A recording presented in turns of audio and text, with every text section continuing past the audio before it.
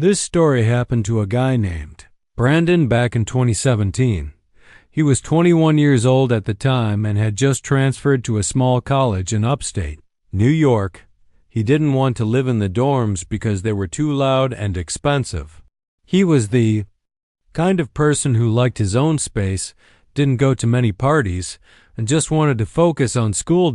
So instead of staying on campus, Brandon started looking for off-campus housing.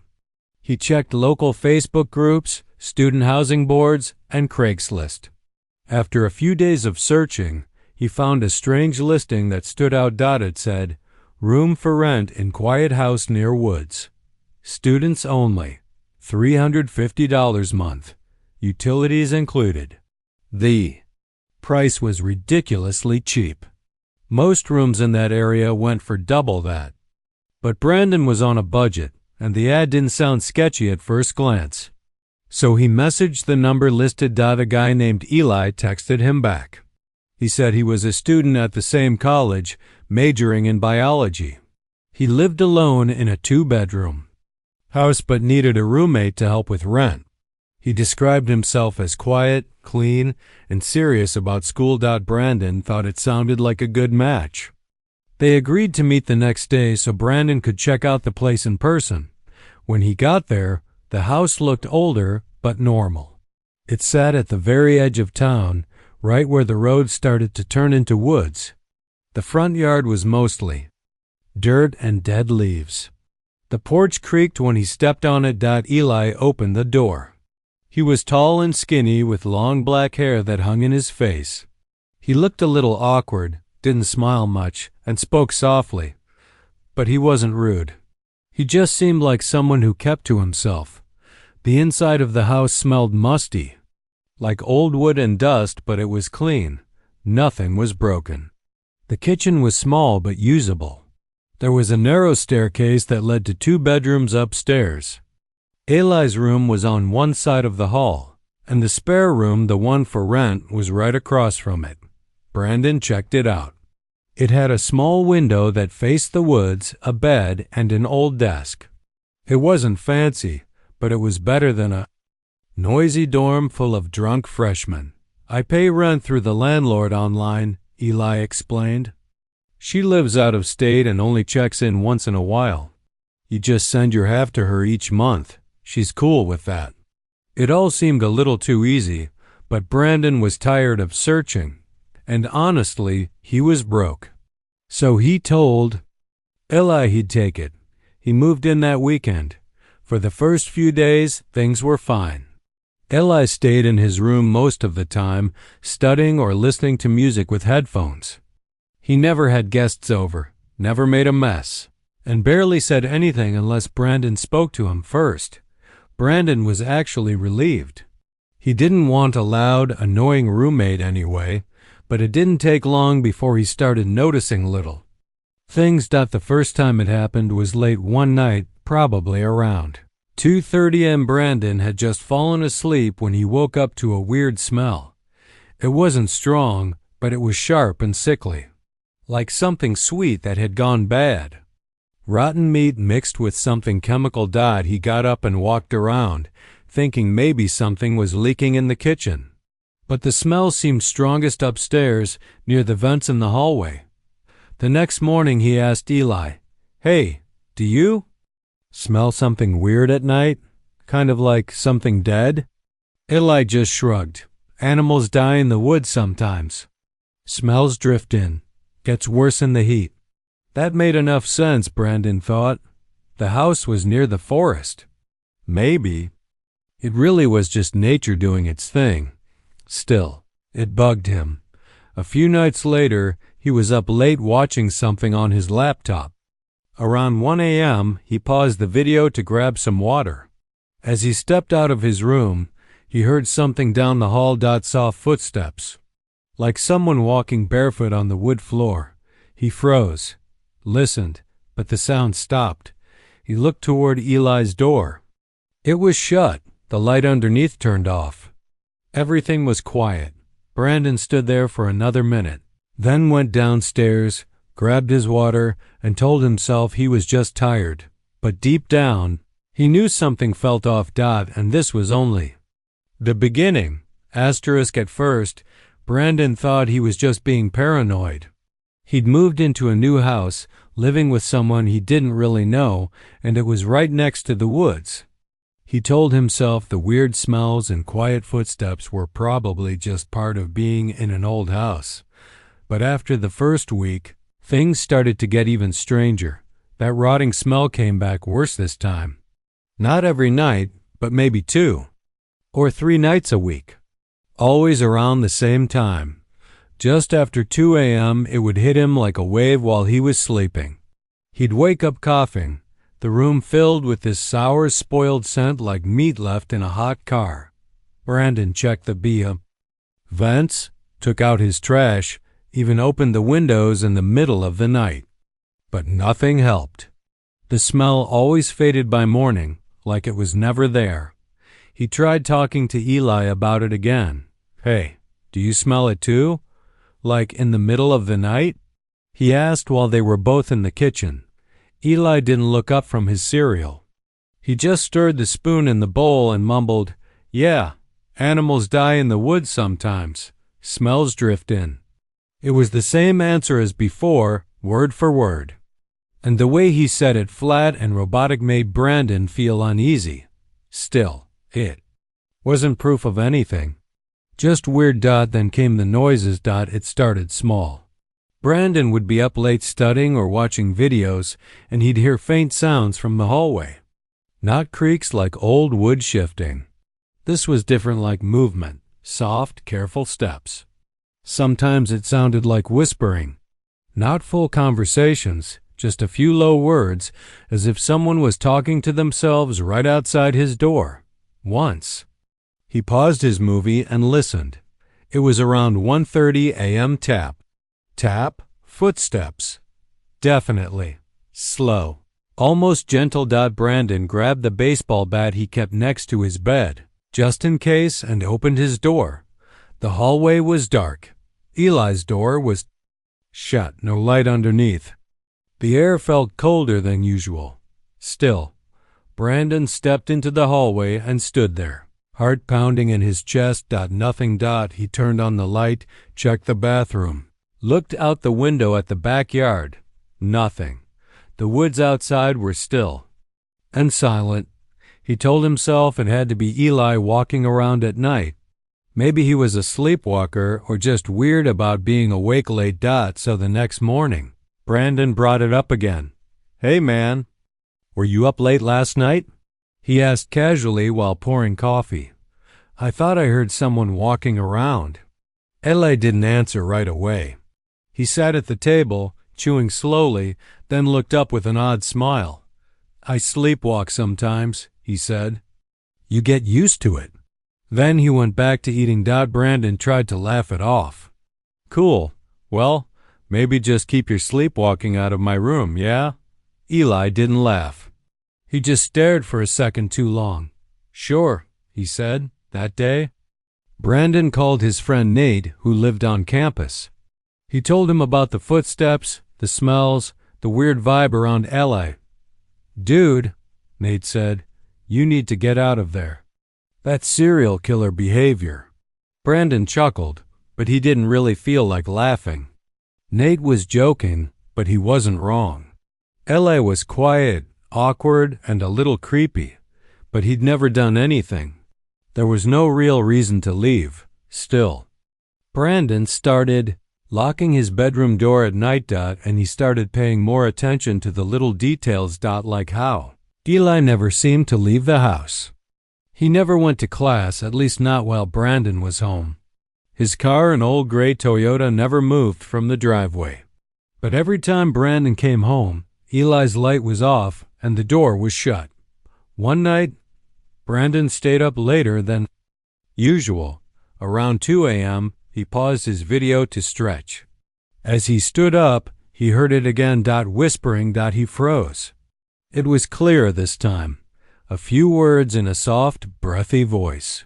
He couldn't make them out, but they were coming from the hallway. Brandon slowly opened his bedroom door.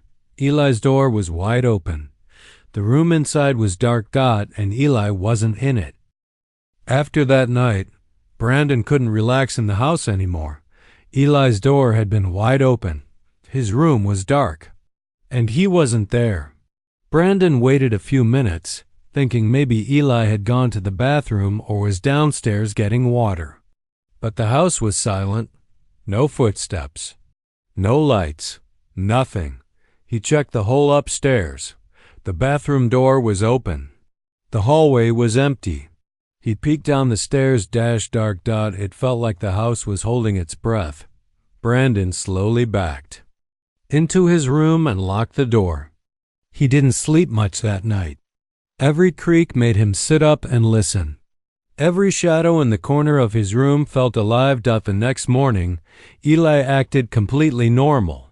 He was in the kitchen eating dry toast, flipping through a textbook like nothing happened. Brandon decided not to ask him where he'd been. Something told him not to. That weekend, Eli said he was going out of town to visit family. He packed a small duffel bag, grabbed his keys, and left without saying much. Brandon waited until Eli's car was completely gone, then went back inside and locked the door behind him. It was the first time he'd had the house to himself since he moved in. At first, he just enjoyed the quiet, took a long shower, played music, cleaned up a bit. Then he started thinking. He'd always felt like something was off about the house, especially upstairs. There was a hallway closet near the Tinzisla bathroom that he had never really paid attention to. He'd opened it once and saw some old blankets and junk, but it smelled weird, so he'd ignored it. That afternoon, with Eli gone, he decided to take a closer look. Brandon pulled everything out of the closet: blankets, boxes, a broken fan. The floor was covered by a faded, dusty rug. When he moved it, he noticed something underneath. A small wooden hatch built into the floor. He hadn't seen it before. The handle was rusted. There was no lock. He hesitated. Something about it felt wrong. But curiosity got the better of him. Brandon pulled the hatch open. It creaked loudly. A short wooden ladder led down into darkness. He grabbed his phone and turned on the flashlight. Then, slowly, he climbed down into the crawl space. The air hit him immediately, damp, sour, and heavy, like the smell that woke him up at night. The crawl space wasn't very big. He had to crouch to move through it. The walls were packed dirt, and spiderwebs hung from the beams. But it wasn't empty. There was a thin mattress lying on the floor. Dirty, stained, and clearly used. A crumpled blanket sat on top of it. Beside the mattress were empty food cans, beans, soup, cheap snacks. Someone had been sleeping down there. There were notebooks stacked in a plastic bin. Brandon picked one up and flipped through the pages. They were filled with sloppy handwriting. Strange thoughts, words written over and over again like obsessions. And then he saw the Polaroids. Dozens of them, taped to the wall, lying in piles. And every single one was of him. Brandon. Sleeping. Eating in the kitchen, walking outside with his backpack. Some were taken through windows, others from inside the house. One showed him lying in bed, clearly a sleep shot from the foot of his bed. Brandon felt his stomach twist. His head started spinning. He looked at the back of one of the photos. There was a date written in red pen, 2 weeks before he had moved into the house. That meant Eli had been watching him before he even knew him. Brandon backed out of the crawl space, his hands shaking. He slammed the hatch shut, put the rug back over it, and didn't stop to think. He threw a few clothes into his backpack, grabbed his keys, and left. He didn't even lock the door. He just drove. He didn't stop until he got to his friend Nate's dorm. Nate opened the door and saw Brandon pale and sweating. "Dude," Brandon said, barely getting the words out. "You were right. I think he was watching me. I found pictures. I found where he sleeps." Nate let him stay the night. They pushed a dresser in front of the door and kept a light on the whole time. Brandon didn't go back to the house, not even to get the rest of his stuff. He thought about calling the cops, but at that moment, all he wanted to do was forget it ever happened. But the worst part?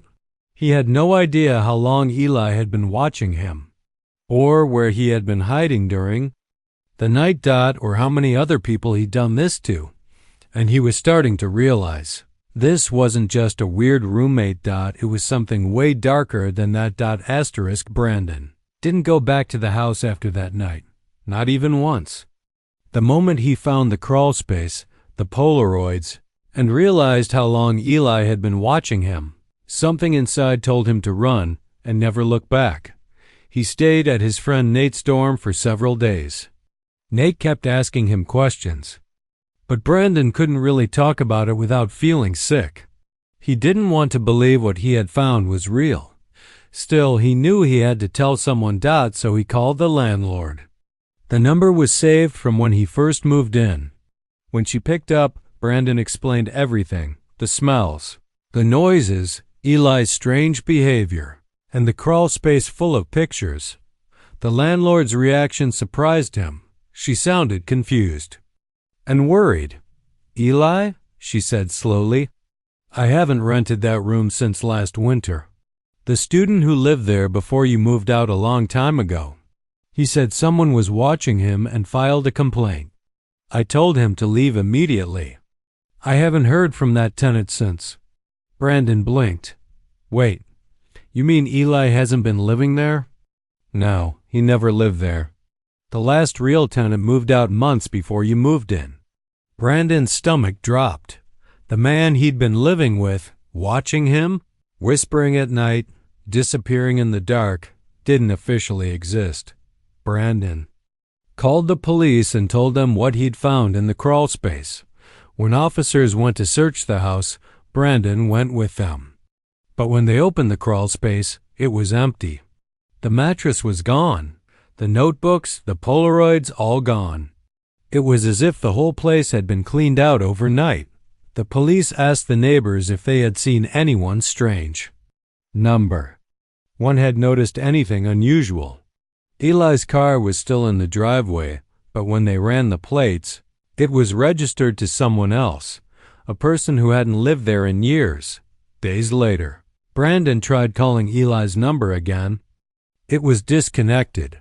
He searched online for anyone named Eli at the college, but found nothing matching the description. It was like the man had disappeared into thin air. Brandon felt like he was losing his mind.